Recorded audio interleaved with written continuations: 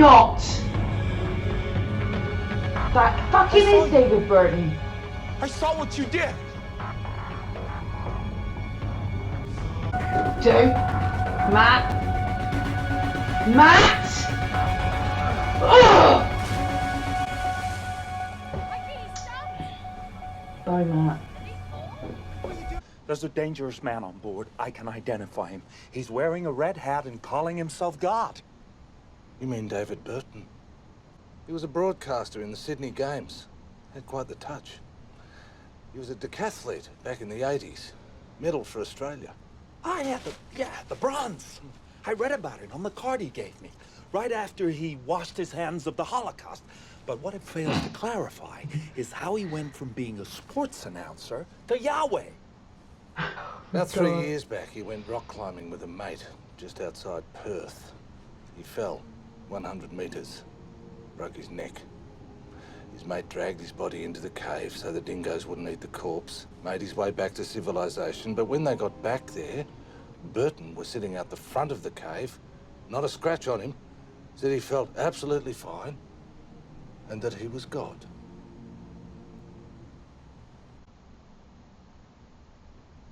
Wow. Burton walks in here and confesses.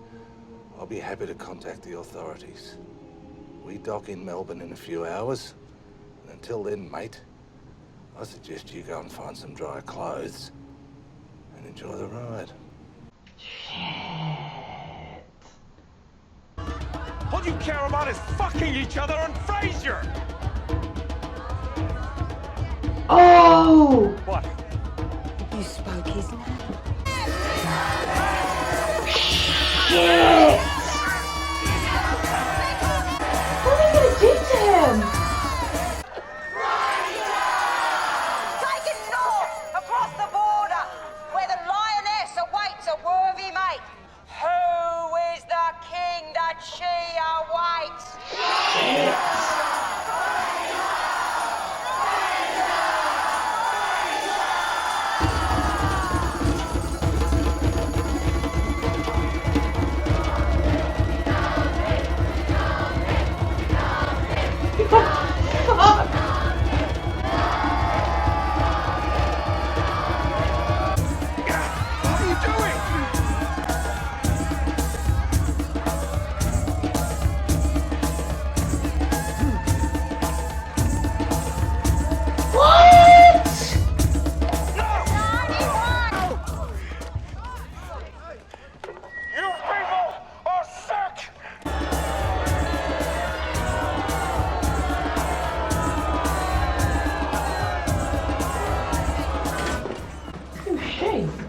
I'm talking to you.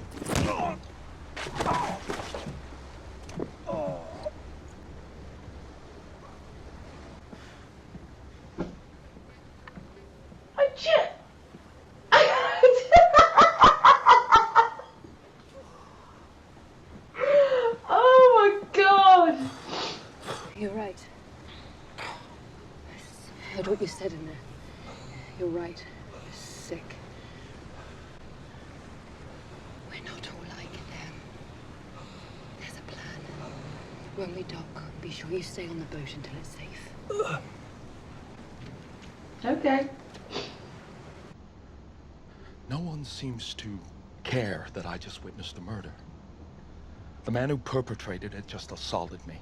We need to compel him to confess to what he did. Be not deceived. God shall not be mocked. For whatsoever a man soweth, that shall he also reap. We're not reaping anyone, man. You used to burn men's houses down for pretending to be things they're not. What happened to you, John? He grew up. What happened to your wrath? It's a sin! He found peace. Kevin told her he saw Evangeline. Here. In Australia.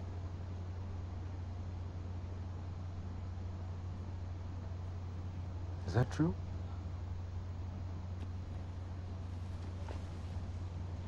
It wasn't her. What he saw was It was a manifestation of, she wasn't real. And if I told you, you would have... I didn't want to hurt you.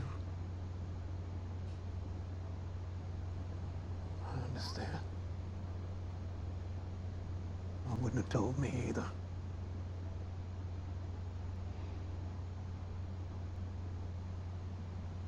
We all need to get some rest before we dock.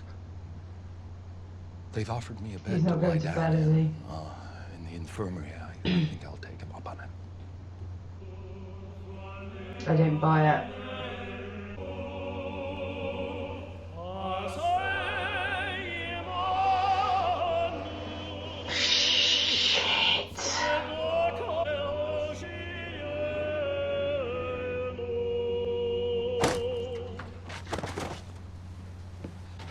Matt! Oh.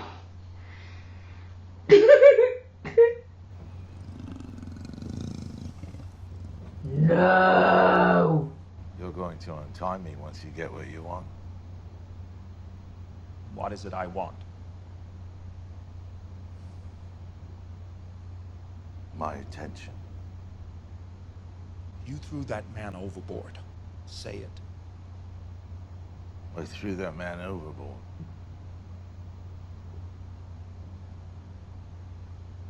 You'll tell the captain and the authorities. No, Why not? because I'm the authority. All right, you're the authority on everything. Creation, Isaac, just like your son Jesus. He wasn't my son. You're denying paternity? Mary's word versus mine. He was the one who died and rose again. No, he rotted in the cave.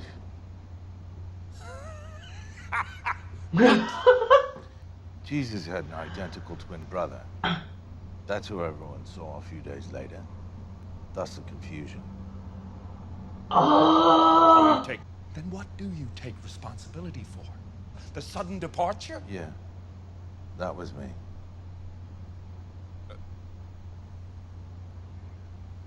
Why? Because I could. You're gonna have to do better than that. I sacrificed my happiness. I let my family abandon me. Why? For you!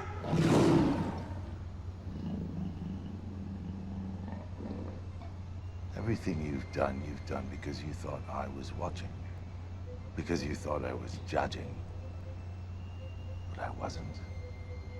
I'm not. You've never done anything for me. You did it for yourself.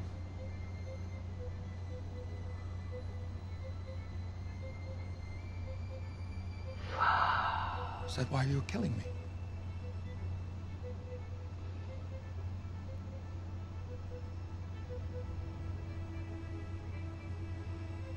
When I was a boy, I was sick. And I prayed to you to save me, and you did.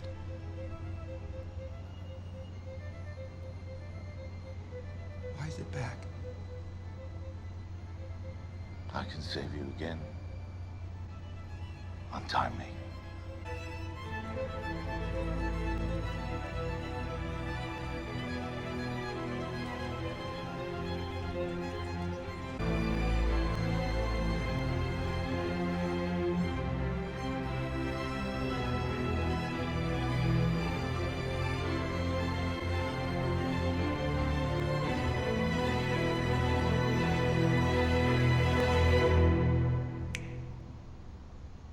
Ta-da.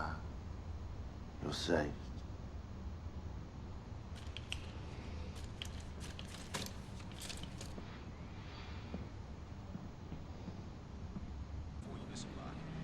If there is a God, that is how God would appear. Be some arbitrary wanker. Oh my There you God. are. Fishing boat found a body. Matches your description. Well, I've notified the police. They'd like you to go down the station and make a statement. Assuming you don't have any pressing business in Melbourne.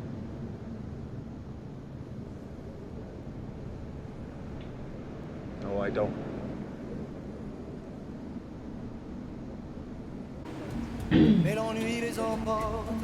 What's her game? Thank you all for coming. I'm glad you're here. Are you okay? No. Actually, Laurie, I'm dying.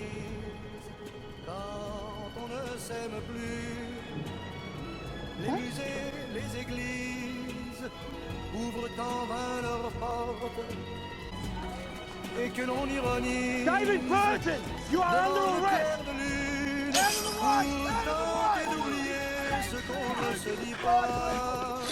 The lion. They're letting the lion go.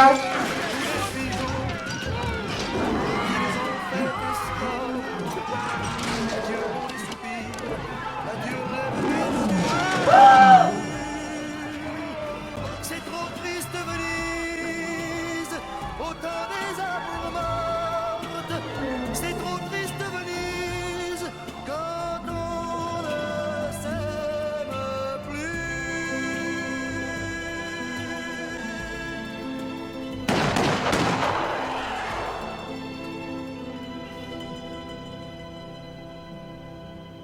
That's the guy I was telling you about.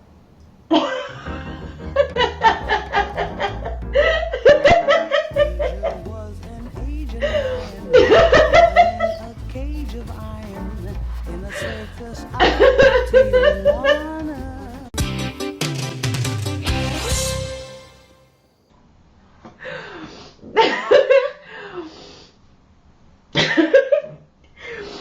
Okay. First, that is the funniest episode of The Leftovers to this point. Period. I can't stop laughing. That was really good. Oh god. I don't know how they managed to make what is actually quite a dark, like the topic of this episode is quite dark. It's like, it's not a happy episode, but that was so funny, really funny. Oh, and I've been wondering so long about David Burton, and because it hadn't been mentioned for so many episodes, I'd almost put it to one side, thinking, stop thinking about it, it'll pop up when you least expect it, and it did. It's so funny. He looks about 20 years younger, with a beard, which is normally the other way around. But that is definitely the same guy that was with Kevin in the hotel, like on the bridge, and doing the karaoke with him in the hotel. And the name was confirmed, so it is David Burton. So thank you. I got one thing right in this entire series. Honestly, I've still got tears in my eyes from laughing so much. From the opening moments of this episode to the last second, this is absolutely one of my favourite episodes. Unsurprisingly, I said at the beginning before it, all of the Matt-centric, both of the primary Matt-centric episodes in season 1 and in season 2 they're two of my favourite episodes, if not my favourite episode. So I will do a proper list at the end of season 3 to let you all know officially what my favourite episodes are, who my favourite characters are overall for the whole programme, and all of that stuff. So I can't do that now because it's not completed yet. But this is definitely going to make it. I can tell you that much. This is definitely going to make it into my favourite episodes, and probably one of my favourite episodes of anything, actually. It just is so good. It's like seeing Laurie there with the guys at the beginning and realising she was going to be coming on this adventure was just perfect. You know, you needed Laurie there. She is the voice of reason. Matt is the voice of faith. Like, she had to be there to balance Matt out. And I gotta say, Amy Brenneman as Laurie has killed it since the first in this. She's just so good. She's such a phenomenal actress. I've watched her in several things, all of them, very different types of program. I think I told you, she was in a sort of a 90s kind of, I don't even know what you'd call it, just a light kind of soapy drama thing called Judging Amy, which I loved at the time. I was a teenager at the time. I really enjoyed it. I had a heck of a crush on her as well. And most recently, she popped up in Private Practice, which was a spin-off of Grey's Anatomy, and she was also brilliant in that. She had kind of more to do in terms of like acting range, like emotional range. But I did not have a clue, actually, that she was capable of what she's shown that she's capable of in this programme. Fan-bloody-tastic. And just like Matt in this episode, if I'm angry at Matt, it doesn't necessarily mean I'm not enjoying the episode. And that's the thing. Often the scenes that are most brilliant with Matt are when he's being his most awful. And he really was at the beginning of this, you know, the goading of Laurie, that look on his face, you know, when the plane wobbled, they hit turbulence after she was like, Kevin takes 4 shits a day, don't tell me he's the Messiah kind of thing. And then the plane wobbles and Laurie, you know, just caught off guard for a moment. And this smug look on Matt's face that you just want to slap him. I said, what? She said, yeah. I said, no. And he's such a bad Christian so much of the time, is the thing. It's like he completely seems to have forgotten, you know, the 7 deadly sins. You know, pride. His pride and smugness in that moment is in absolute violation, you know, of biblical instruction. You know, the fact that he says to John later on, where's your wrath? You're not supposed to have wrath. And you're sure as shit not supposed to encourage it in other people. This is, you know, the meek shall inherit the earth, not the wrathful. Oh, it's brilliant. And just the wackiness of this, with them being the joke. Tell me the dirtiest joke you've ever known. And Laurie steps up and she's like, let me tell you about this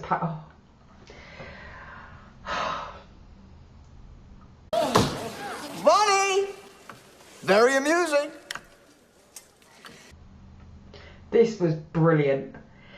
Now, aside from all the funny bits, so we've got David Burton says he's God. He's handing out FAQs because he's just done with answering these basic questions, which are, again, hilarious.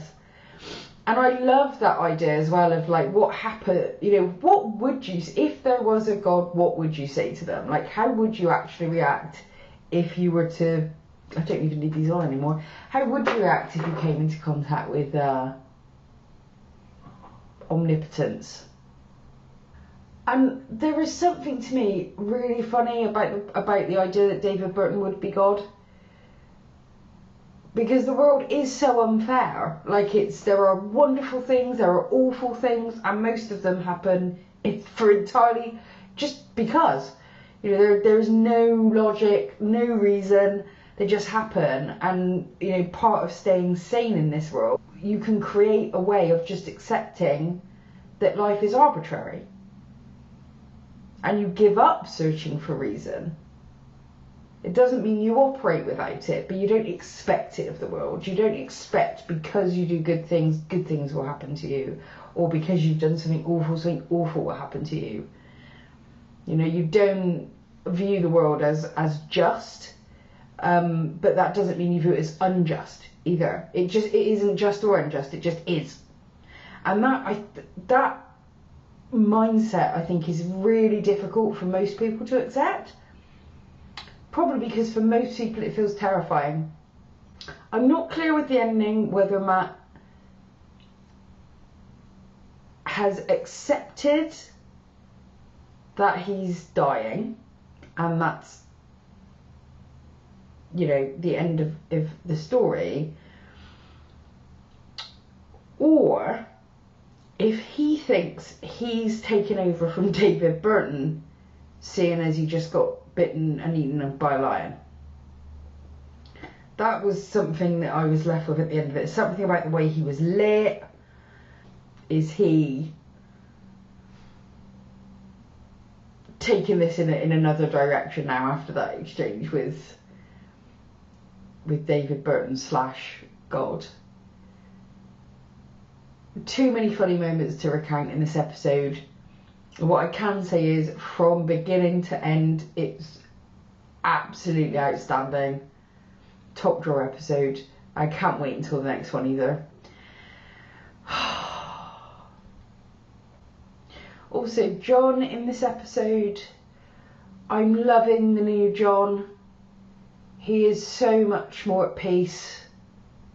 He's lost that terrifying edge that he had in season 2, where you just felt like any moment he could flip out. His relationship with Laurie is just gorgeous. You know, I expected him to go apeshit when he found out about the Evie thing. It was just, I wouldn't have told me either.